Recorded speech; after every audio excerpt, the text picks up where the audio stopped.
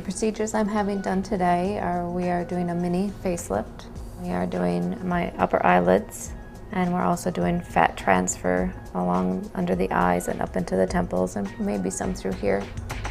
Yeah, I have a very narrow face anyway, so the older I get, the more drawn it is. So this will help bring the youth back. So when Jennifer first came in, her initial concerns were basically that she looked very tired and that she looked a lot older than she felt. I read a lot of his reviews and his studies, and I also was very impressed that he's a facial person. I'm here because of that. And to me, this is my one and only face, and I felt that's who I want to go to, someone who specializes in faces. In all these facial rejuvenation cases, the synergy between treating all these different components is really important.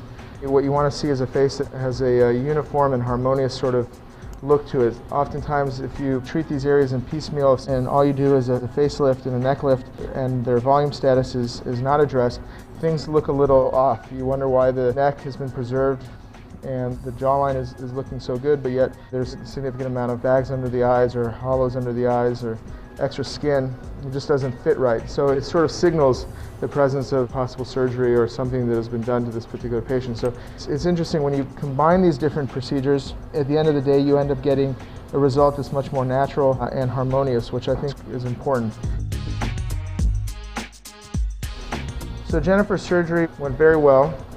All the goals that we set for her were achieved without any complication, fortunately. We started the procedure with the fat transfer.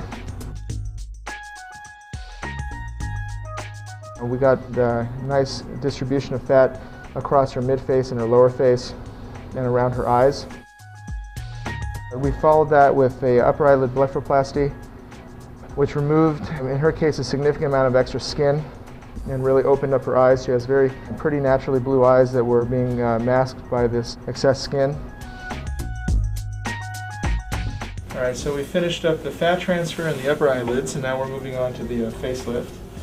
All right, Jen, turn your head for me a little bit to the side. There you go. How are you feeling so far? Good? Next, we performed the facelift and the neck lift procedure and brought things up nicely. A significant improvement in the jawline. You could appreciate that right on the table at the time of the procedure, and you know you're just going to make a big impact on the person's appearance.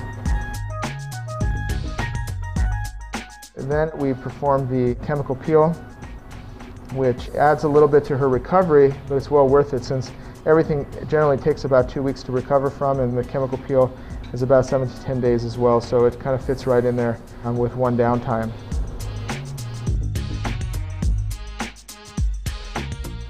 Jen came into her post-operative visit, I think it was 3 weeks, and that's when most patients look pretty good. Occasionally we have a patient that requires a full 3 weeks to recover from.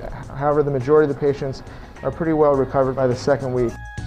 And it's so nice. All the people I see, they're like, you look so rested and wide-eyed, and it's just beautiful. The changes have been way beyond what I expected. My eyes, to me, are my focal point. I love my blue eyes, and now they're just like, wham.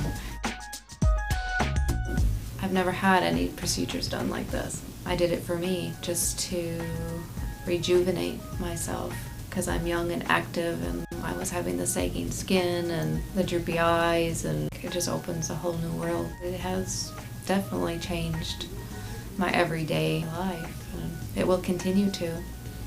I am very happy with his work and his personality.